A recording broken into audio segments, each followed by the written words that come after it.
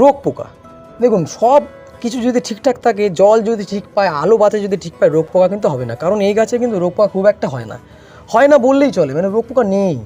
জল জমে গেলে কিন্তু এর গোড়া পচে যাবে। আমি দেখাচ্ছি কিছু কিছু গাছের কিন্তু অংশটা গোড়াটা পচে রয়েছে।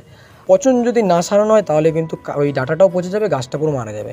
তাহলে আপনার যেখানটা পচে যাবে সেইখানটা চিচে শুধুমাত্র ফাঙ্গিসাইড, শুকনো ফাঙ্গিসাইড বা অল্প জল দিয়ে পাতলা লেই করে ওখানে লাগিয়ে দিন। তাছাড়া গাছে আপনার ফাঙ্গিসাইড স্প্রে করুন।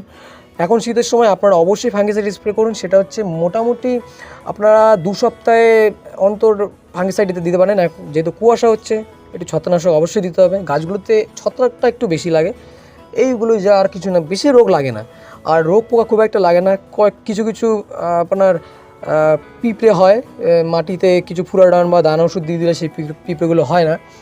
আর হচ্ছে গাছে আপনার ভালো যে কোনো কীটনাশক, যে কোনো গ্রুপে যা হাতের সামনে আছে কীটনাশক স্প্রে করে দিন। পরিমাণটা বুঝে নেবেন যে বিভিন্ন রকম কীটনাশকের বিভিন্ন রকম মাপ আছে।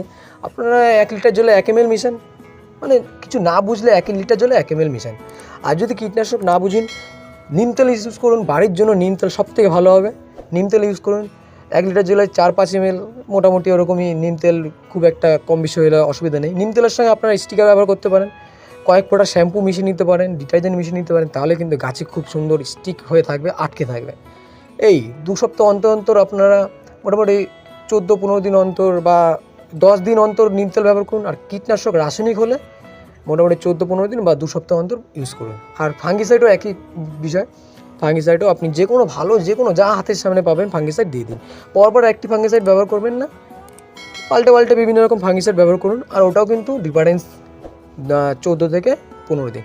আর একই দিনে ফাঙ্গিসাইড আর কীটনাশক কিন্তু বাড়বেন না, মোটামুটি 1 থেকে 2 দিন যেন ডিফারেন্স থাকে।